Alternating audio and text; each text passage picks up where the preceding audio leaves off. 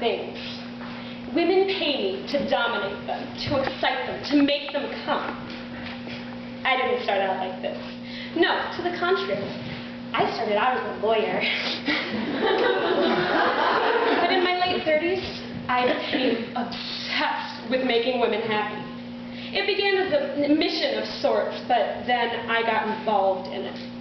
I got very good at it, kind of brilliant. It was my art. I started getting paid for it. It was as if I had found my calling. I wore outrageous outfits when I dominated women. Lace and silk and leather. And I used props. Whips, handcuffs, rope, dildos. There was nothing like this in tax law. There were no dots, no excitement, and I hated those blue corporate suits. Although I wear them now from time to time in my new line of work, and they work quite nicely. There were no props in corporate law. No wetness, no dark, mysterious foreplay, no erect nipples, no delicious mouths. But mostly, there was no moaning. Not the type I'm talking about anyway.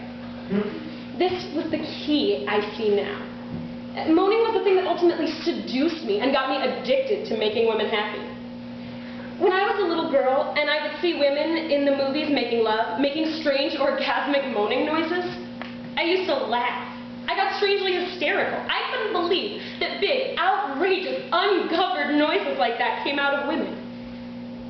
I longed to moan.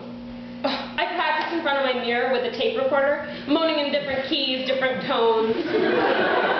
But always when I played it back, it sounded fake. Well, I mean, it was fake. It wasn't rooted in anything sexual, really. Just my desire to be sexual. But then, when I was 10, I had to pee really badly once, on a car trip. It went on for almost an hour. And when I finally got to pee in this dirty little gas station, I was so excited, I moaned.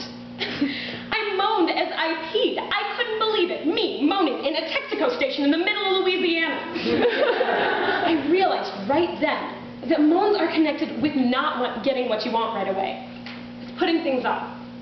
I realized moans were best when they caught you by surprise. They came out of this hidden, mysterious part of you that was speaking its own language. I realized that moans were, in fact, that language. I became a moaner. It made most men anxious. Frankly, it terrified them. I was loud, and they couldn't concentrate on what they were doing. They'd lose focus, and then they'd lose everything. We couldn't make love in people's homes. The walls were too thin. I got a reputation in my building, and